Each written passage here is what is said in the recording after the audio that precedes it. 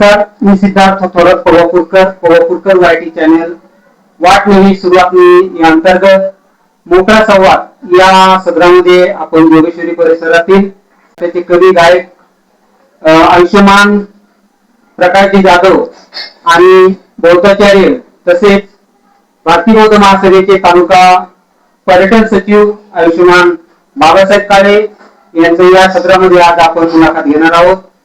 जय Hind sir, आपल्या सर्वांचंही माझ्या YouTube channel मध्ये स्वागत आहे. आपला जो प्रवास आहे तो प्रवास आम्हाला आपल्यासोबत शेअर करायला आवडेल. निश्चितच तुमच्या दोघांचं प्रेरणा, तुमच्या दोघांचं आयुष्य, तुमच्या दोघांची जी काही संघर्ष आहे आणि कशी वाटचाल त्यांनी या जोगेश्वरी परिसरात धार्मिक असो किंवा सांस्कृतिक असो या माध्यमातून त्यांनी जोगेश्वरी परिसरात त्यांचा जो कार्याचा ठसा आहे तो कसा उमटवला त्याची आपण आजच्या या मुलाखतीमध्ये घेऊ. प्रश्न निर्माण करत असताना असा विचार आला की या दोन महारथींना प्रश्न कुठून सुरुवात करावी, काय प्रश्न विचारावेत, कुठल्या बेसिसवर प्रश्न विचारावेत, कारण दोन्ही महारथी आपल्या या परिसरामध्ये सांस्कृतिक असो किंवा धार्मिक असो काळे साहेबांचा धार्मिक कार्यामध्ये बराचसा सहभाग असतो आणि प्रकाशजी जाधव साहेबांचं धार्मिक प्लस सांस्कृतिक कार्यक्रमामध्ये ते उत्तम गायक आहेत, कवी आहेत आणि हीच ओळख त्यांची या ठिकाणी पुरेशी होत नाही. याच्या मागे त्यांचा संघर्ष काय मेहनत घेतलेली ते आपण या आजच्या माध्यमातून सर आज आपण सुरुवात करू. तर सर्वप्रथम मी आपणास विनंती करतो की गायनाची सुरुवात ही आधीपासून झाली की बालपणापासून झाली, काय सांगा तुम्ही याच्या बाबतीत? सर्वप्रथम आपलं सप्रेम जय भीम. आणि तुम्ही आम्हाला बोलवलं आणि आमची मुलाखत घेतात त्याबद्दल मी आपले पवापूरकर चॅनलचे खूप खूप आभार व्यक्त करतो आणि तुमचं सर्वप्रथम मी कवी गायक या नात्याने अभिनंदन करतो. खरोखरच आपण जो प्रश्न केलेला आहे की तुम्हाला ही जी गाण्याची आवड कधीपासून आणि कधी लागलेली आहे, बालपणापासून आहे की आता लागली? तर खरोखरच मला बालवयापासूनच या कलेची आवड निर्माण झाली, कारण माझे गुरु रुस्तुम दांडेकर हे आहेत आणि त्यांच्याच गावामध्ये म्हणजे ते मामाचा मोठा मुलगा आहे आणि त्यांचं लिखाण खूप सुंदर होतं आणि मग त्यांचं लिखाण सुंदर असल्यामुळं मला पण ते त्यांचा आवाज, त्यांचं बोलणं, त्यांचं जे काही हावभाव होते ते खरोखरच एकदम असे मनमोहक होते. आणि लिखाणाची सुरुवात तिथूनच सुरू झाली, लिखाणाची पण आणि गायनाची नाही, लिखाणाची सुरुवात नंतर झाली, कारण की सुरुवातीला मी त्यांचेच ऐकत होतो आणि ऐकता मग असं वाटलं की मला कुणीतरी कुठेतरी त्यांच्यात कमी वाटली, त्यांच्या लिखाणात कुठेतरी कमी वाटली की आपण काहीतरी त्यांच्यापेक्षा वेगळं करावं. म्हणतात ना, गुरुपेक्षा ऐक नाही, आम्ही शेवटी गुरु तो गुरुच असतो, त्यांची बरोबर मी करू शकणार नाही, परंतु त्यांचं जे माझ्यावर प्रभाव पडला लिखाणाचा, गायनाचा, शब्दाचा, शब्द रचनेचा, तो मला बालपणापासून म्हणजे वयाच्या जवळपास 15 वर्षापासून आणि तेव्हापासून मी जास्तीत जास्त डॉक्टर बाबासाहेब आंबेडकर, त्यागमूर्ती माता रमाई, तथागत गौतम बुद्ध यांच्या जीवनावर गीते लिहित असतो. निश्चितच तुमच्या प्रत्येक वेळेस मला वाटतं मागच्या वर्षामध्ये एक रमाईचं गीत खूप गाजलं होतं, ते आम्हाला जरा दोन शब्द आमच्या प्रेक्षकांना आणि आमच्या चॅनलवर दोन शब्द ऐकायला आम्हाला आवडेल. त्यांनी संन्यास घेतला होता, त्यामुळे त्यांचे गुरु पल्ली महाथेरो यांचं कंपल्सरी गंगापूर आणि आमच्या मूळ गावी मालुंजा या ठिकाणी येणं जाणं होतं, त्यामुळे आम्हाला बौद्ध धर्माची आवड ही बचपनापासूनच रुजलेली होती. सांगू इच्छितो, गंगापूर तालुक्यातील मालुंजा हे बौद्धाचार्य बाबासाहेब काळे यांचं गाव आणि या गावातूनच एक महान नेतृत्व म्हणजे एक बौद्ध संघाला त्यांचे जे एक रत्न या मालुंजा गावातून मिळालेले आहे आणि ते म्हणजे डॉक्टर उपगुप्त महाथेरो हे या ठिकाणी कार्य चालत असतं आणि त्या कार्यातूनच प्रेरणा घेऊन बौद्ध धर्माचं जे काही काम आहे ते बौद्धाचार्य बाबासाहेब काळे आपल्या गंगापूर तालुक्यामध्ये नेहमी करत असतात. तर अजून बालपणापासून असे तुम्हाला काय असं वाटलं की बाबासाहेबांचं जे कार्य आहे आपण आणखीन त्याच्या असं कसा नोंदवा, कारण या संघटनेमध्ये किंवा या धम्मामध्ये युवकांचा जेवढा पाहिजे तसं सहभाग होत नाही, तर त्याच्याबद्दल तुम्हाला काय वाटतंय, काय सांगाल तुम्ही युवकांना? नाही, या सध्याच्या स्थितीमध्ये युवक जे आहेत ते युवक हे जास्त व्यसनाधीनकडे वळलेले आहेत.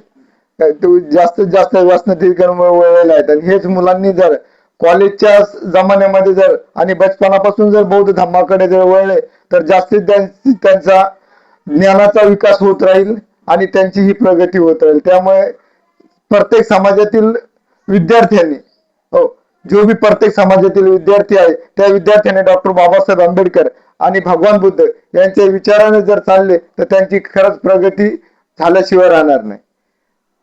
युवकांना मला वाटते भारतीय बौद्ध महासभा आणि किंवा इतर आपल्या काही धार्मिक चळवळी आहेत किंवा आंबेडकरी ज्या राजकीय चळवळी त्याच्यामध्ये युवकांचा सहभाग नाही होत, म्हणजे जेवढा पाहिजे तेवढा नाही, किंवा आपलेच तरुण सहसा भारतीय बौद्ध महासभेकडे आकर्षित होत नाही, याचं कारण काय असू शकतं? भारतीय बौद्ध महासभेमध्ये कसं आहे, इथे स्वतःहून आपलं श्रमदान आर्थिक दान हे स्वतःहून खर्च करावं लागतं आणि राजकारणामध्ये प्रत्येक इलेक्शनच्या टायमाला तरुण पिढीला अतोनात पैसा भेटतो. त्याच्यामुळे जास्तीत जास्त ही तरुण पिढी ताबडतोब फक्त आपल्या व्यसनासाठी आणि आपल्या हाऊस मजासाठी राजकारणात उतरतात. आणि भारतीय बौद्ध महासभा अशी की आपल्याला भविष्य कसं घडवायचं, जीवन कसं बनवायचं याच्यासाठी वरते आणि याच्यामध्ये आपला सगळा कामधंदा करून आणि आपण स्वतःचे श्रमदान हे भारतीय बौद्ध महासभेमध्ये द्यावं लागते. त्याच्यामुळे भारतीय बौद्ध महासभेकडे ही नवीन पिढी आहे, ही नवीन पिढी जास्त वळत नाही. नाही, पण मग ह्या संघटनेमध्ये जर नवीन पिढी येणार नसेल तर मग आपली संघटना पुढे चालणार नाही. तर त्याच्यासाठी काहीतरी आपल्याला उपाययोजना आपल्या नेतृत्वाने म्हणा किंवा आपल्याला ग्राउंड लेवलवर काहीतरी उपाययोजना करायला पाहिजे. तर उपाययोजना कोणत्या असतील असे तुमचे प्राथमिक अंदाज, म्हणजे असे प्राथमिक कोणत्या वाटते तुम्हाला की ह्या उपाययोजना करावा त्यांनी युवक आपल्या भारतीय बौद्ध महासभा किंवा आंबेडकरी चळवळीकडे आकर्षित होईल? भारतीय बौद्ध महासभेमध्ये म्हणजे ताबडतोब जी नवीन पिढी ही सांस्कृतिक कार्यक्रमाकडे वळू शकत नाही, म्हणजे संस्कार या विभागाकडे ती वळू शकत नाही. त्यामुळे भारतीय बौद्ध महासभेवरती वळण्यासाठी जास्तीत जास्त नवीन पिढीला फक्त समता सैनिक दल याच्यामध्ये जर सामील करून घेतले आणि सामील करून घेतल्याच्या नंतर तर त्यांना पुढे हळूहळू बौद्ध धम्माची गोडी लागेल. कारण ती संस्कारामध्ये ताबडतोब विहारामध्ये येणे याच्यामध्ये नवीन पिढी गुंतत नाही. फक्त ती सैनिकामध्ये जर आलं तर सैनिकामध्ये कसं आहे, उत्सव तयार होतो. त्याच्यामुळे सर्वप्रथम नवीन पिढीला जास्तीत जास्त आम्ही सैनिकामध्ये सैनिक बनवण्याचा प्रयत्न करत आहोत. जणांनी विचारलं की जाधव साहेब तुम्ही तुमच्या नावाच्या पुढे जोडतोय करताना होता, तर माझं एक छोटस गाव आहे आणि त्या गावातून मी महाराष्ट्रभर गाजतोय, गाणे माझे जातात, म्हणून मी ठरवलं की आपल्या कुठेतरी गावाचं नाव झालं पाहिजे, म्हणून मी माझ्या गावाचं नाव जोडतोय हे लावतो आणि त्या गावामध्ये माझं शिक्षण झालं. साधारणतः म्हणजे कुठपर्यंत शिक्षण आपलं? माझं शिक्षण तसं कमीच झालेलं आहे, कारण की परिस्थितीवर मात करत करत करत करत आपण पहिले कसं होतं, आई वडिलांना कमवायचं, आपण शिकायचं. तर मी शिकत असताना अशा अडचणी निर्माण झाल्या की कधी पुस्तकं भेटत होती, कधी वह्या भेटत नव्हत्या, कधी पेन भेटत होती तर कधी दप्तर भेटत नव्हतं, अशी अवस्था होती. आणि ती परिस्थिती असताना मी कधी आई वडिलांशी खोटं बोललोच नाही. ज्या पद्धतीने मला शिकता येईल त्या पद्धतीने मी जास्त शिकण्याचा प्रयत्न करत होतो. तर माझं जवळपास शिक्षण 10वी पास आहे आणि ते परीक्षा देण्यासाठी फी भरण्यासाठी पैसे नव्हते.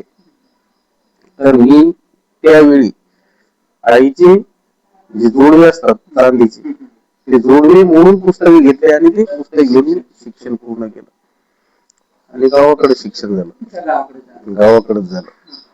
छत्रपती संभाजीनगर मध्ये पहिलं झालेलं औरंगाबाद शहर आणि आताच छत्रपती संभाजीनगर. तर या संभाजीनगरामध्ये माझं पहिलं पाऊल 2006 ला पडलं. ते माझा छोटा भाऊ विकास जाधव या ठिकाणी ड्युटी करत होता, कंपनीमध्ये कामाला होता. आणि मग त्याला भेटण्यासाठी मी इथं आलो होतो. आणि मी भेटण्यासाठी आल्यामुळे त्याला वाटलं दादा तिकडे काय करतो तू, इकडेच ये. मग त्यांनी मला म्हटलं आणि एका ठिकाणी एका कंपनीत लावून दिलं ड्युटीला. मग त्या ठिकाणी गेल्याच्या नंतर थोडस बंधनात असल्यासारखं वाटत होतं, तरी पण ते स्वीकारलं मी, केलं. आणि ते तसं करता करता काही दिवस या ठिकाणी समाजात माझी काही जास्त ओळख नव्हती, कारण की 1-2 वर्ष झालं होतं. म्हणजे जास्तीत जास्त मी नावारूपाला आलो ते म्हणजे 2010 पासून. मी गाणे छत्रपती संभाजीनगर मध्ये आल्यावरच की गावाकडे पण गाण्याचा कार्यक्रम आहे? नाही, गावाकडे सुरुवात गाण्याची बालपणापासून झाली. गावाकडे एक विचार मंचावर जाऊन किंवा रंगमंचावर जाऊन पहिलं गाणं कोणते आहे? माझी सुरुवातच पहिल्यापासून मी खाली असं पुतळ्यावर बसून आणि जमिनीवर बसून गीतच गायलं नाही. माझी सुरुवातच मी उंच स्टेजवर गाण्याचेच स्वप्न होतं आणि तेच करत राहिलो. आमच्या हिंगोली जिल्ह्यामध्ये 14 ऑक्टोबरला मोठा दसऱ्याचा कार्यक्रम असतो आणि त्या दसऱ्याच्या कार्यक्रमामध्ये रामलीला मैदान आहे. आणि त्या रामलीला मैदानामध्ये आपले स्टेज आहे डॉक्टर बाबासाहेब आंबेडकरांचं. तर त्या स्टेजवर सर्वप्रथम मी गाणं गायलं होतं स्टेजवर. मला प्रेक्षकाला आवडेल की कोणतं गाणं होतं, आठवतं तुम्हाला काही त्याबद्दल? ते गाणं भरपूर जुनं आहे. म्हणजे त्यावेळेच म्हणजे माझं जवळपास दुसरं का तिसरं गीत आहे ते. आणि ती गीत असं आहे, रमाईचंच गीत आहे. मी जास्तीत जास्त रमाईवर जास्त अभ्यास केला. पुस्तक वाचले, युग प्रवर्तक नावाचं पुस्तक वाचून मी गीत लिहिण्यास माझी सुरुवात झाली. कारण की त्या युग प्रवर्तक पुस्तकापासूनच मला म्हणजे जास्तीत जास्त अभ्यास झाला आणि त्याच्यामधून मी लिहिलं. त्यामध्ये रमाईच्या व्यथा, रमाईचे बालपण हे त्या ठिकाणी मी म्हणजे खूप बारकाईनं वाचन केलं. आणि बारकाईनं वाचन केल्याच्या नंतर मला हे गीत सुचलं आणि ती गीत आहे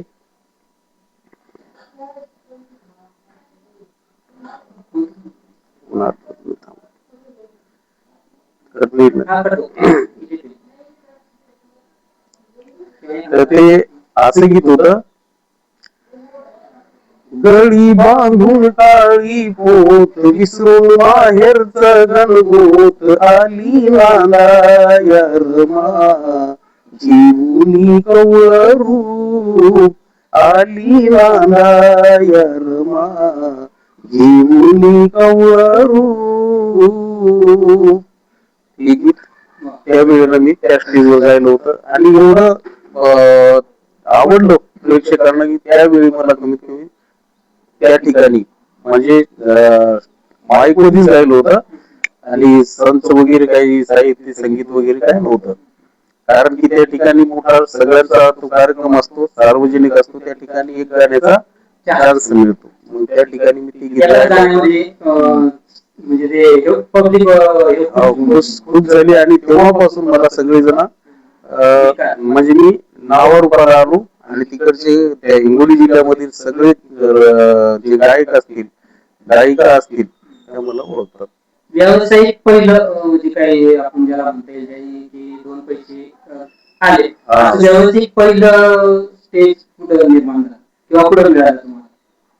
व्यावसायिक म्हणजे तसं तर मी बऱ्याचशा ठिकाणी गायलं.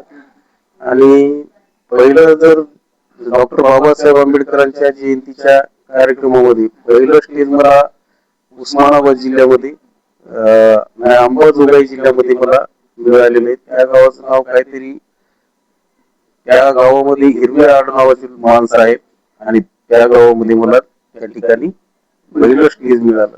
त्यांनी मिळवून दिलं होतं. सर, बौद्ध महासभेकडे जे पहिलं बौद्ध चॅरिटीचं शिबिर असतं, बौद्ध चॅरिटीचं शिबिर आणि उपोषणा, तुम्ही उपोषणा पण मी सांगायला आवडेल की बाबासाहेब काळे हे फक्त बौद्ध चॅरिटीच नव्हे तर गोयंका गुरुजींची उपोषणा याच्यामध्ये पण त्यांनी बरेचसे त्यांचे शिबिर झालेले.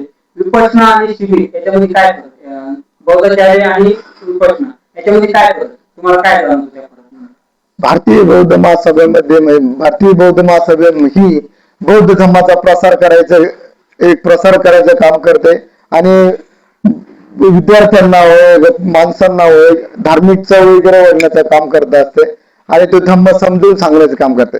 आणि विपश्यना हे क्षेत्र असं आहे की प्रत्येक मनुष्याला जे आपलं आत्मचिंतन आहे हे आपलं आत्मचिंतन आणि आपण स्वतः जो अनुभवतो म्हणजे दुसऱ्यावर नाव आपण स्वतः अनुभवायचं आणि मग ते दुसऱ्याला सांगायचे. जास्तीत जास्त भिक्खू संघ आणि भारतीय बौद्ध महासभा ही एकजुटीने मोठ्या प्रमाणामध्ये प्रसार करण्याचं काम करत आहेत.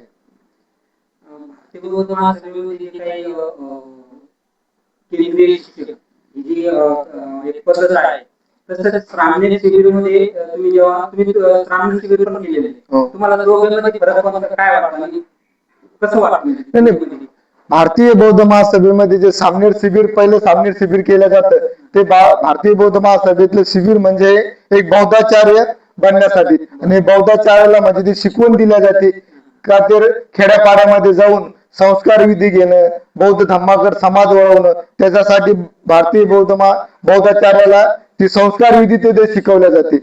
आणि केंद्रीय शिक्षक म्हणलं तर हा पुरा केंद्रीय शिक्षक म्हणजे पुऱ्या महाराष्ट्रामध्ये तो आपला धर्म प्रसार करत होतो. त्याचप्रमाणे आपल्या जोगेश्वरीमध्ये प्रथमतः आता केंद्रीय शिक्षक म्हणून बौद्धाचार्य विकासजी जाधव जोरतळाकर हे झालेले आहेत. हे म्हणजे आपल्या जोगेश्वरी नगरातील पहिले केंद्रीय शिक्षक ह्या सध्याच्या 2026 ला झालेले आहे. आणि हे केंद्रीय शिक्षक म्हणजे हे पुऱ्या महाराष्ट्रामध्ये हे ज्या बौद्धाचार्याचे शिबिर असतात त्या बौद्धाचार्याच्या शिबिरामध्ये हे केंद्रीय शिक्षक जाऊन तिथं त्या बौद्धाचार्याला घडवत असतात. हे म्हणजे केंद्रीय शिक्षकाचं पद आणि अभ्यास हा बौद्धाचार्यापेक्षा डबल पटीने आहे. परत एकदा आवाज तुमचा पहाडी आवाज आहे. या आवाजासाठी काही विशेष काही काळजी घेता? अजिबात नाही. जे नॅचरल जे असेल ते असेल. सर बालपणामध्ये काही प्रसंग जे म्हणजे प्रसंग जे प्रत्येकाच्या जीवनामध्ये बालपण हे खूप महत्वाचं असतं. तर असं काही प्रसंग याच्यामधून काय सांगायला बालपणामध्ये येणारी आठवण? आहेत बालपणाच्या सुद्धा खूप आठवणी आहेत. मी लहानपणापासून त्याची एक कलाकार असल्यामुळं मी एक लहानपणीच एक नाटक बसवलं होतं. तर त्या वेळेला सांगायचं म्हटलं तर आम्हाला मेकअप साठी काही सामान भेटायचं नाही. ऐक नाही आता जे काही मेकअप साठी सामान वापरतात ते आम्हाला काही मिळत नसत. मग आम्ही लहान होतो. मग आम्ही लहान असताना आमचा एक 7-8 जणांचा ग्रुप असायचा. मग ती ग्रुप असला की आम्ही लहान सगळेजण मिळून काय करायचो एक नाटक तयार करायचो. मग नाटक तयार करायचं मग काही आपलं चुलीत राग घेणे आणि तोंडाला लावायची आणि तोंडाला लावून पांढरं व्हायचं आणि एखाद्या मुलाला साडी नेसवायची. साडी नेसवून तेच आपल्या नाटकात मुलीचे पात्र करायची. त्याच्यात आम्ही खूप मजेशीर असे नाटक केलेले आहे. हे सगळे करताना आई वडिलांचं मार आधी पडला की आई वडील सपोर्ट करायचे? नाही आई वडिलांनी आम्हाला कधीच अशा एक त्रास दिला नाही. कधी आईना वडिलांना आम्हाला रोखलंच नाही आणि कधीच म्हटलं नाही की तू असं कर तसं कर असं करू नको तसं करू नको. फक्त त्यांची एकच इच्छा होती. आमच्या वडिलांचे तर शब्द एक एवढे मोठे होते की आहेत की वडील म्हणतात की 4 माणसं तुझ्याकडे आली पाहिजेत, तू दुसऱ्याकडे गेला नाही पाहिजे. आमचे वडील असे म्हणायचे. म्हणजे लहानपणापासून आमच्या वडिलांची स्वाभिमानी. तर तू वाईट काम करू नका, वाईट वागू नका, वाईट राहू नका, अशा पद्धतीने आम्हाला बालपणापासून शिकवण मिळालेली आहे. जे काही करत असताना आम्हाला कधी आई वडिलांना आम्हाला रोखलं नाही. उलट आमचं ते कौतुक करायचे, प्रोत्साहन देत होते. आणि त्याच्यातून परत थोडं मोठा झाल्याच्या नंतर मी एक नाटक सुद्धा लिहिलं होतं प्रेमावरचं. हे नाटक एवढं गाजलं होतं तिकडं आमच्या परिसरामध्ये खूपच. त्या नाटकाचं नाव होतं मनात मन मिळवा आणि खोटं मनात मन मिळवा आणि खोटं सारं जळवा. सामाजिक आणि प्रेमाचं सुद्धा त्याच्यात होतं. प्रयत्न करतो सामाजिक आणि म्हणजे सामाजिक समूह कसा राहायला पाहिजे त्या नाटकातून त्याचा संदेश काळे साहेब, शिवना नदीच्या म्हणजे पाण्यामध्ये आपलं बालपण गेलं, कारण गावापासून शिवना नदी वाहते, तर काय सांगा बालपणाविषयी? बालपणाविषयी म्हणजे जर शिवना नदीमध्ये जर म्हणलं तर पोहण्याचा फार छंद होता. बचपनापासून पोहण्याचा जास्त छंद होता. आणि जे आमचे चुलते होते, मोठे लहान चुलते, ते आम्हाला म्हणजे ते पोहण्यात एवढे तरबीज होते का नदी पूर्ण अर्धी नदी भरेल जरी असली तर ते त्यांच्या पाठीवर आम्हाला ती नदी पार करायचे आणि मग पलीकडे आम्ही छोट्या छोट्या पाण्यात तैरत होतो. आणि त्याच्यानंतर मग आम्हाला त्यांनीच पाणी नदीमध्ये पोहण्याचं शिकवलं. तर आज बी आम्ही म्हणजे समजा नदीला जर अर्धी नदी फुल जरी भरत असली तरी आम्ही नदी पार करून तिकडे जातो. आज परत पोहायला जायला आवडतं. आज बी पोहायला आवडतं, पण आज जे पहिलं धाडीच होतं ते धाडीच आता होत नाही. सांगायला आवडेल की काळे साहेबाच्या गावातून आणि माझ्या गावातून जी नदी वाहते ही शिवना नदी कन्नड तालुक्याचे उगम स्थान आहे आणि ती गोदावरीची उपनदी आहे. आणि ती आमच्या दोघांच्या गावात जाते म्हणून एक जिव्हाळ्याचा प्रश्न शिवनाच्या, परंतु मला पोहता येत नाही. आज मी पोहता येते आणि तेव्हा पोहता येत नव्हतं. तर एक खंत आहे की पोहता येत नाही मला अजून. तर अजून म्हणजे या नदीचे काही वाहन नव्हतं. आता नदीचं पाणी मला वाटतं पहिल्यासारखं राहिलं नाही. आता पाणी पहिल्यासारखं येत नाही. तर काय कारण असू शकतं की नदीचं पाणी कमी झालं किंवा पर्जन्यमान कमी झालं? याला काही कारण? पाण्याचं म्हणजे त्या काळामध्ये जेव्हा बचपन होतं त्या काळामध्ये गेल्या 20 वर्षापूर्वी म्हणजे कन्नड पासून तर इकडे थेटलं की ढोरेगाव म्हणजे या भागापर्यंत कुठेही डॅम नव्हता. आतापर्यंत त्या नदीवर कमीत कमी प्रत्येक गावाला एक एक डॅम झालेला आहे. त्याच्यामुळे ते पाणी कंपल्सरी वाहत नाही, त्या डॅम मध्येच अडकलेलं असतं. जोगेश्वरी या गावामध्ये मी आला आणि या ठिकाणी ओळख निर्माण करायची झाली, तर गाण्याच्या माध्यमातूनच निश्चित तुमची ओळख निर्माण झाली असेल. अजून याच्या परत अजून काय कारण असेल तुमची ओळख इथं झाली? पहिली ओळख माझी होण्याचं पहिलं कारण आहे म्हणजे तुमचे नाव करी थोरात, जितेंद्र थोरात होते. आपले गायक खूप सुंदर गायक होते, मस्त गाणे गायचे, दोघेही गायचे, आपल्या आई पण गायच्या आणि ते पण गायचे. तर सुरुवातीला मी ती पेटी तर डोक्यात घेऊन बसले होते. आणि आज आमचे दुःख मला वाटतं की जे माझे मित्र आहेत, मित्र होते, ते काल परवा म्हणजे आज 6 तारखेला 2 महिने होतील त्यांना, ते आमचे उमेश बहात्रे ते आणि थोरात साहेब त्या ठिकाणी बसले होते, गाणी म्हणत होते. आणि गाणे म्हणत असताना त्या ठिकाणी मी सहजच तिथं आलो होतो आणि आवाज येत होता.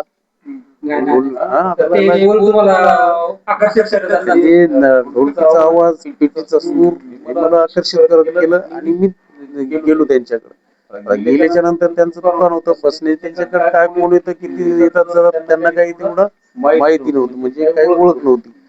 मग तिथं मी त्या बाकड्यावर बसलो, असं बाकडं होतं एक लाकडाचं त्यांच्या दुकानाच्या समोर, आणि त्या बाकड्यावर बसलो. ते गाणं म्हणत होते, त्या गाण्याचे बोल होते कायदा भीमाचा फोटो गांधीचा. ते त्या पेटीमध्ये त्यांना येत नव्हतं, ते सुरामध्ये ते बसत नव्हतं. तर मग ते सुरामध्ये बसत नव्हतं, तर मग मी समोर गेलो, रावलं नाही आणि म्हटलं साहेब, म्हणलं मी थोडस म्हणून दाखवू का? मग म्हणून दाखवू का म्हटले. नंतर ते म्हटले तुमचं नाव सांगितलं. मी एक कवी आहे, गायक आहे, आणि माझं नाव प्रकाश जाधव आहे. या जोगेश्वरी गावामधून इथून सुरुवात झाली. इथून सुरुवात झाली, म्हणजे आपली सुरुवातच कमानीपासून झाली असं म्हणायला काही हरकत नाही. काळे साहेबांचं आगमन जोगेश्वरीमध्ये म्हणजे पळून मांडा परिसरामधून कशाच्या निमित्तानं? माझं म्हणजे जोगेश्वरी या गावामध्ये मी एक नोकरीच्या तलासाने आलो होतो आणि आंबेडकर नगर मध्ये इथे वास्तव्य तयार केलं. आणि वास्तव्य तयार करत असताना जी धार्मिक जी गोडी होती, हो, ती धार्मिक गोडी बचपनापासूनच असल्यामुळे इथे पण ज्या वेळेस धार्मिक कार्यक्रम होत असत त्या धार्मिक कार्यक्रमात माझं कंपल्सरी सहभाग राहायचा. आणि ते सहभागामधूनच जे क्षेत्र होतं, भारतीय बौद्ध महासभा आणि विपश्यना क्षेत्र आणि भिक्खू संघ क्षेत्र, ह्या क्षेत्राला जोगेश्वरी मधूनच आजूबाजूला चालना मिळाली. कारण मी एक फोटोग्राफर असल्यामुळे मी जास्तीत जास्त जे बुद्ध गायचा टूर असेल, नेपाळ असेल, हे टूर जास्तीत जास्त डॉक्टर उपगुप्त थेरो यांच्या मार्गदर्शनाखाली मी फोटोग्राफीचं काम करत असताना आणि त्यावेळेस तिकडे पाहत असताना जास्त धार्मिक गोडी लागली आणि त्यांचा सहवास लागला. जास्तीत जास्त भिक्खू संघाचा सहवास लागल्यामुळे जास्तीत जास्त मनामध्ये बौद्ध धर्माविषयी रूढ श्रद्धा तयार झाली. आणि जे विपश्यना क्षेत्र आहे ते विपश्यना क्षेत्र म्हणजे जे जोगेश्वरी मधलं म्हणजे पहिल्यांदाच असलेले जे विपश्यनेचे जे निरंजन खैरनार आहे, त्या विपश्यन खैरनाराच्या माध्यमातून आणि लिंबुनी बुद्धविहार जोगेश्वरी हे माझं विपश्यनेचं केंद्र बनलं.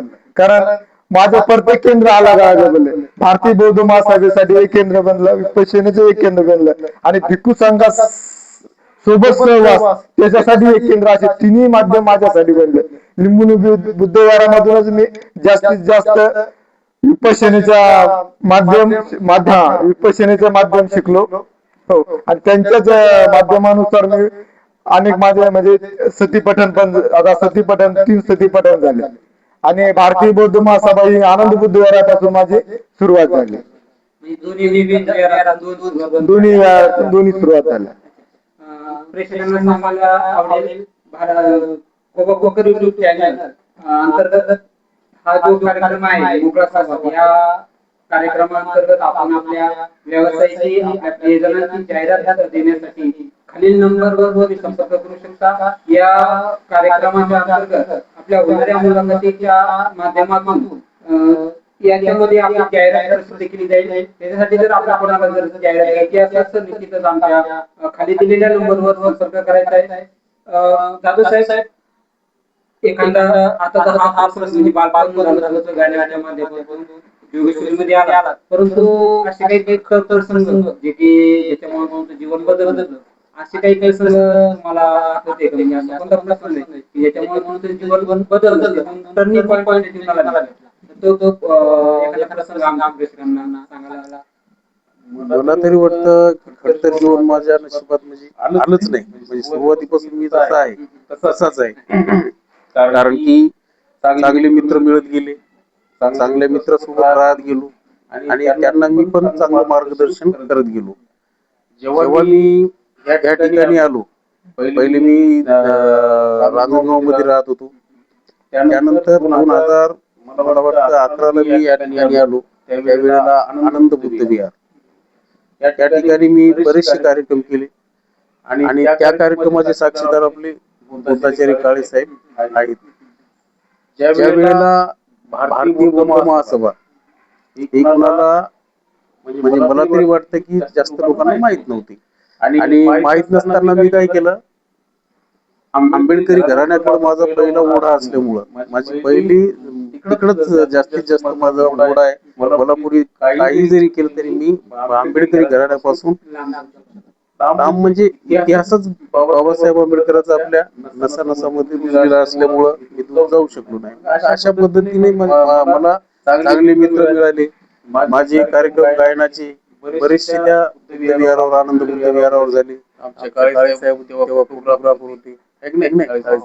तर त्या टायमाला माझे गाणे त्यांनी स्वतः रेकॉर्डिंग केलेले आहेत. तर मग खडतर प्रवास म्हटल्यापेक्षा आपल्या जीवनातून जे काही आपल्या बुद्धीला न पटणारे लोक असतात. कारण काय माहितीये का, माणसाने जीवनात जीवन जगत असताना आपण जे काही विचार करत असतो, नाही आपले विचार सगळ्यालाच पटतील असं कधीच होऊ शकत नाही, आहे की नाही? कारण की वेगवेगळ्याचे वेगवेगळे विचार असतात, म्हणतात ना, प्रत्येक काय वेगवेगळ्या प्रवृत्ती असतात, आहे की नाही? त्या पद्धतीने आपण काय करायचं, खडतर प्रवास म्हटल्यापेक्षा आपण आपला आणखी सुखाचा प्रवास होतोय याकडे मला जास्त महत्वाचं वाटतं. ते कसं, आता आपण सगळ्यांना भारतीय बौद्ध महासभेमध्ये सुरुवात करून दिली. जेव्हा सुरुवातीला इथे भारतीय बौद्ध महासभा नव्हती, आमचे नाव घेत नाही कारण की आपण आपला संवाद आपला फक्त संवाद आहे. आणि या जे काही मित्र होते त्यांनी ज्या काही गोष्टी त्यांनी त्यांना सांगायच्या होत्या मला, बाबा तुम्ही असं करू नका, आपण एक जे कार्य करतो या कार्यामध्ये दुसऱ्याचा वाटा कशाला करता, आपण सामाजिक कार्य करतो, आपणच आपल्या समाजाच्या कार्यातून आपण काहीतरी वेगळं निर्माण करण्याची पद्धत वापरू, आहे की नाही. पण ते ऐकायला तयार नसल्यामुळं मग मी काय केलं, थोडं थोडं त्यांच्यापासून मी स्वतः दूर झालो. मला कोणी बाजूला केलं नाही किंवा मी त्यांनाही मी म्हटलो नाही की मला दूर करा, किंवा त्यांना मी विरोध पण केला नाही. आणि आजही मी कोणाला विरोधही करत नाही, आणि त्यांचा मला विरोध आहे की नाही ते सांगता येत नाही, परंतु मी तर कोणाला विरोध करत नाही, कारण की मी एक कवी गायक आहे आणि कवीचे विचार जे असतात ते एकदम शुद्ध असतात. कवी ते एकदम बरोबर आहे, परंतु काय असतं, आणि त्यातल्या त्यात मी बालपणापासून निर्व्यसनी आहे. तर तंबाखू नाही, पुडी नाही, दारू नाही, लबाडी नाही, भांडण नाही, तंटा नाही, ह्या गोष्टीपासून मी खूपच म्हणजे पाळण्याचा प्रयत्न करतो. पाळतो म्हणता येणार नाही, पण पाळण्याचा मी प्रयत्न करतो. आणि निश्चितच सगळ्यांनी पंचशीलाचं तत्व पाळून आपलं जीवन हे सुखमय करण्यासाठी दिलेले पंचशील तत्व सगळ्यांसाठी अमूल्य आहे. वर्षवास सुरू आहे आणि या वर्षवासानिमित्त काळे साहेब काय सांगाल वर्षवासानिमित्त महत्व आणि आजचा तरुण? वर्षवास म्हणजे हा वर्षवास एक उपासकांनी म्हणजे जे भिक्खू संघ आहे, ह्या भिक्खू संघाची व्यवस्था ठेवणे. कारण वर्षवासामध्ये भिक्खू संघ हे बाहेर फिरत नाहीत. अशी पूर्वीची कथेनुसार भिक्खू संघ बाहेर फिरत नाही, एका विहारामध्ये असतो. तेव्हा उपासकांनी त्या तिन्ही भिक्खू संघाची व्यवस्था ठेवणे आणि त्यांच्याकडून बौद्ध धर्माचे शिकवून करून घेणे, हेच वर्षवासाचं महत्व आहे. गायनाची जी आवड करत असतात, गायन असो, तुमचं तुम्ही कार्यक्रम असो, याच्यामध्ये घरच्यांचा किती सपोर्ट असतो? विरोध होतो कधी कधी? मला तर घरच्याचा फुल सपोर्ट आहे. जेव्हा मी आपलं हे करतो, माझा मुलगा तबला वाजवतो, बायको पिठी आणून देते, घरच्याचा सगळा सपोर्ट आहे. काळे साहेब जेव्हा प्रचार किंवा कशासाठी कामानिमित्त जातात तुम्ही, मग याच्यामध्ये कसं होतं? नाही, या धम्मप्रसारामध्ये घरच्याचा पहिल्यापासूनच विरोध नाही, कारण सगळं माझ्या सहमतीला आहे, सपोर्ट आहे. पत्नीचा किती मोठा सहभाग आहे याच्यामध्ये? किती महत्व देतात? मी तर आईसारखा, आईचा दर्जा पत्नीला देतो. काही विरोध होतो असं कधी? अजिबात नाही. म्हणजे काय होतं, कारण आपली चळवळ आहे की थोडी आर्थिक आपल्याला येत नसतो, मग हे करत असताना थोडी वडताना होतेच, त्यावेळेस थोडं असतंच पाठीमागं. तर तसं तुमच्या जीवनामध्ये आज आमचं जवळपास दोघांचंही वय, माझं जवळपास 46 वर्ष आहे, पत्नीचं जवळपास 44-45 असू शकतं. तर आजपर्यंत माझी पत्नी मला तरी आठवत नाही की आम्ही दोघं जण सोडून एकमेकाला कुठं गेलोच नाही. अशी सोबतच कुठलंही धम्मकार्य असो, आपली बुद्धलेणी असो, किंवा नागपूर असो, 6 डिसेंबरला चैत्यभूमी असो, या सगळ्या ठिकाणी मी पत्नीला सोबत घेऊन जातो. कारण की मी पत्नीला जास्त महत्व देतो. कारण ज्या पत्नीच्या हातातली भाकर खाऊन आपण हे समाजकार्य करतो, केलं गरजेचं.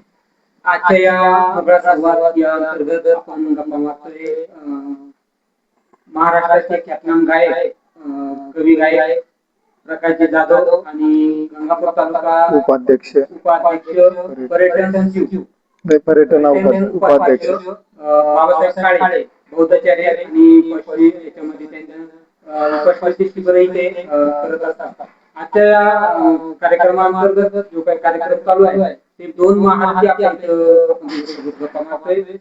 सर, आपण आजच्या या माध्यमातून आपल्या समाजाला किंवा येणाऱ्या पिढीला सांस्कृतिक आणि धार्मिक बद्दल काय संदेश द्याल?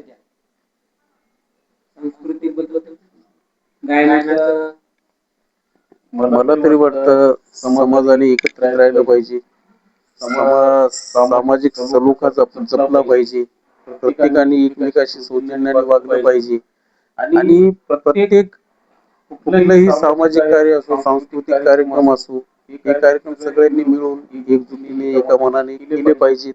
त्याच्यात आपला सिंहाचा वाटा असला पाहिजे.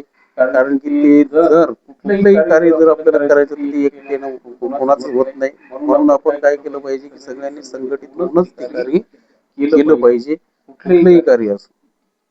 काय सांगा? मी जी नवीन येणारी पिढी आहे त्या पिढीला हे सांगू इच्छितो की त्यांनी जास्तीत जास्त व्यसनापासून दूर झालं पाहिजे. कारण व्यसनापासून दूर होण्यासाठी प्रथमतः आपल्याला एक भारतीय बौद्ध महासभेमध्ये जर सैनिक झाला तर तुम्हाला त्याच्यामध्ये थोडं कंट्रोल करता येईल आणि त्याच्यामध्ये थोडं कंट्रोल करून तुम्हाला थोडी धम्माची जाणीव करून देता येईल. आणि त्याच्या पलीकडे जर जाऊन म्हणलं तर जर प्रत्येक तरुणाने जर विपश्यना क्षेत्रामध्ये घुसलं आणि जर प्रत्येकानं जर 10 दिवसाचं विपश्यना जर केली तर तिथं तंत्र पंचशिलेचे आणि 8 पारमित 10 पारमितेचं पालन केलं जातं. तेव्हा ते जास्तीत जास्त नऊ पिढी ही बौद्ध धम्माकडे आणि जसं निरोगी शरीर राहील आणि आपली प्रगती कशी होईल याच्याकडे वळण्याचा प्रयत्न करील. आणि जास्तीत जास्त जर तुम्ही भिक्खू संघाच्या सामित्यात जाऊन भिक्खू संघाचे प्रवचन ऐकले, दान धर्म केला तर दान हे बौद्धांनी सांगितलेलं सगळ्यात मोठं दान आहे. तेव्हा तुमचं दानाचंही एक पारमिता कम्प्लीट होईल असं मी नऊ पिढीला सांगू इच्छितो. या माध्यमातून जो काही संदेश दिलेला आहे नवयुवकांसाठी मोलाचा संदेश आहे. तर एखाद्या पूर्ण आहे असं वाटतंय. काय सूचना आहे अजून किंवा पूर्ण झालंय किंवा अजून एखादं सूचना असं जे मनात आहे त्या अजून मनात आहे एखादं सूचना या माध्यमातून सांगता येईल. स्वप्न तर बोलता येणार नाही, पण माणसाची काही इच्छा असतात त्या इच्छा काय कधीच संपत नसतात, आहे की नाही. आपल्याला काय वाटतं की आपण काहीतरी मोठं बनलं पाहिजे, काहीतरी केलं पाहिजे. आणि पारिवारिक जर पाहिलं तर वाटतं मुलांनी भरपूर शिक्षण घ्यावं, शिकून कुठेतरी बाबासाहेब आंबेडकरांच्या पावलावर पाऊल ठेवून आपण निश्चितच चालायला पाहिजे. असं कुठेतरी चांगली नोकरी लागली पाहिजे, मोठ्या एखाद्या चांगल्या ठिकाणी तो गेला पाहिजे आणि त्यांनी समाजाला सहकार्य केलं पाहिजे. हे माझं स्वप्न आहे. माझं म्हणजे जे सांसारिक जीवनामध्ये मी पुरेपूर समाधानी आहे. संसारिक जीवनात पुरेपूर समाधानी आहे. परंतु मी आता भारतीय बौद्ध महासभा तालुका पर्यटन उपाध्यक्ष या नात्याने भारतीय बौद्ध महासभेचा जास्तीत जास्त तालुक्यामध्ये जास्तीत जास्त प्रसार कसा होईल हेच माझं येणाऱ्या ध्येय आहे. धार्मिक जो काही प्लॅटफॉर्म आहे तर त्याला कसा होईल तुम्हाला सांगायला आवडेल. तर त्याचा एक प्रश्न आहे, 2 सेकंदात उत्तर द्यायचं आहे. दोघांना पण प्रश्न विचारले जाईल. कन्फ्युजन करणारा प्रश्न आहे, लगेच उत्तर द्यायचं आहे, टाळायचं नाहीये. ठीक आहे. लुंबिनी बुद्ध विहार की आनंद बुद्ध विहार? लुंबिनी बुद्ध विहार. सर माझ्यासाठी ते दोन्ही विहार महत्वाचे, कारण दोन्ही जे प्लॅटफॉर्म आहे हे माणसाच्या प्रगतीला नेणार आहे आणि त्याच्यातूनच माणसाचं निर्वाण कसं साधता येईल. भारतीय बौद्ध महासभा आणि लिंबुनी बुद्ध विहार म्हणजे विपश्यना, हो, त्याच्यामुळे दोन्ही क्षेत्रातून जर माणूस जर कधी पुढे गेला तर कधीच त्याच्या जीवनाचं पूर्ण झाल्याशिवाय राहणार नाही. हे माझं वैयक्तिक मत आणि बुद्धाला धम्म अनुसरून पद्धतीने उत्तर दिलेले आहे. उत्तर ठीक आहे. बौद्ध म्हणजे धम्म बांधव की घरचे? धम्म बांधव जवळचे कोण?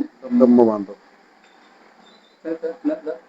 नाही, सांसारिक जीवन तेच प्रश्न येतो कारण सांसारिक जीवन जगत असताना परिवार महत्वाचा असतो आणि ज्यावेळेस माणसाला काहीतरी धम्म प्रसार करायचा, राजकारण करायचं, त्याकरता प्लॅटफॉर्म हा समाजाचा असणं गरजेचं आहे.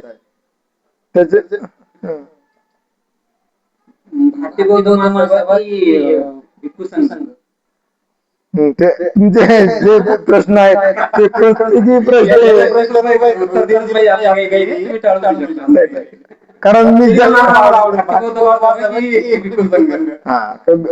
भारतीय बौद्ध महासभा ही आपण नवीन पिढी घडवण्याचा प्रयत्न करत आहोत आणि या भारतीय बौद्ध महासभेमधून ही नवीन पिढी घडवण्याचा आटोकाट प्रयत्न करत आहोत. आणि भिक्खू संघ आहे हा आपला आदरणीय भिक्खू संघ आहे. निश्चितच दोन्ही गुण आपल्यासाठी महत्त्वाचे आहे. सर तुम्ही काय सांगाल? आपल्याला सर्वप्रथम भिक्खू संघाला महत्व द्यावं लागेल आणि भिक्खू संघाला महत्व दिल्याच्या नंतर भारतीय बौद्ध महासभेला सुद्धा तेवढंच महत्व द्यावं लागेल. कारण डॉक्टर बाबासाहेब आंबेडकरांनी भारतीय बौद्ध महासभा स्थापन केलेली आहे आणि बाबासाहेब आंबेडकरांच्या विचाराची तुलना पुन्हा कोणीच करू शकत नाही, आहे की नाही? मग बाबासाहेब आंबेडकरांनी काही ना काहीतरी विचार करूनच भारतीय बौद्ध महासभा स्थापन केली असेल, आहे की नाही? आणि म्हणून मला भिक्खू संघ आणि भारतीय बौद्ध महासभा दोन्ही महत्वाचे वाटतात. जाता जाता काय संदेश द्याल या तरुणांना परत एकदा, किंवा येणाऱ्या पिढीला माध्यमातून काय काय सांगाल? जाता जाता मी तरुण पिढीला एवढंच सांगू इच्छितो की येणारा काळ हा खूप भयानक दिसत आहे, खूप वाईट आहे. तर आपल्या तरुणांनी व्यसनमुक्त झालं पाहिजे, अभ्यासाकडे वळलं पाहिजे, पुस्तकाच्या वाचनाकडे वळलं पाहिजे. जास्तीत जास्त डॉक्टर बाबासाहेब आंबेडकरांची पुस्तक वाचली पाहिजेत. पुस्तकाचे नाव बाबासाहेब आंबेडकरांचे आहेत. हिंदू रिडल सायंटिझम हे पुस्तक बाबासाहेबांचं वाचलं पाहिजे. संविधान वाचलं पाहिजे. बरेचसे पुस्तक बाबासाहेब आंबेडकरांनी आपल्या तरुण पिढीसाठी म्हणजे समाजाच्या भवितव्यासाठी लिहिलेले आहेत आणि हे पुस्तक मुलांनी वाचले पाहिजे. आणि त्यातल्या त्यात बुद्ध आणि त्यांचा धम्म हा ग्रंथ प्रत्येकाने घराघरात वाचला पाहिजे, घराघरात आपल्या असला पाहिजे. हाच माझा शेवटचा संदेश आहे. तुम्ही काय सांगाल? दोघांचा संदेश आहे की आपल्या ज्या नवीन येणारी पिढी आहे त्यांनी भारतीय बौद्ध महासभा किंवा बौद्ध धर्मीय जी काही चळवळ आहे, ज्याचे काही तत्व आहे ते सगळ्यांनी आत्मसात करून धम्माच्या वाटेवर वाटचाल केली पाहिजे. हा संदेश या नगराच्या माध्यमातून दोन्ही माध्यमांनी आपल्यासाठी दिलेला आहे, दिलेला आहे. तर खूप खूप खूप धन्यवाद. आपण सर्व माझ्या या वाईट चॅनलवर आलात आणि माझ्यासोबत दिलखुलासाची गप्पा मारल्या आणि या गप्पामध्ये आपण जे काही आपला संघर्ष आहे किंवा आपण जे काही बालपण असो, तरुणपण असो किंवा जे धार्मिक चळवळीमध्ये आपली काही जगणं असो ते तुम्ही या माध्यमातून सांगितलं. मोकळेपणाने तुम्ही माझ्यासोबत गप्पा मारल्या. पुन्हा एकदा आपल्या सर्वांचे आभार व्यक्त करतो. आमचं जय हिंद, जय महाराष्ट्र. भेटूया नवीन नवीन पाऊल. तोपर्यंत जय हिंद, जय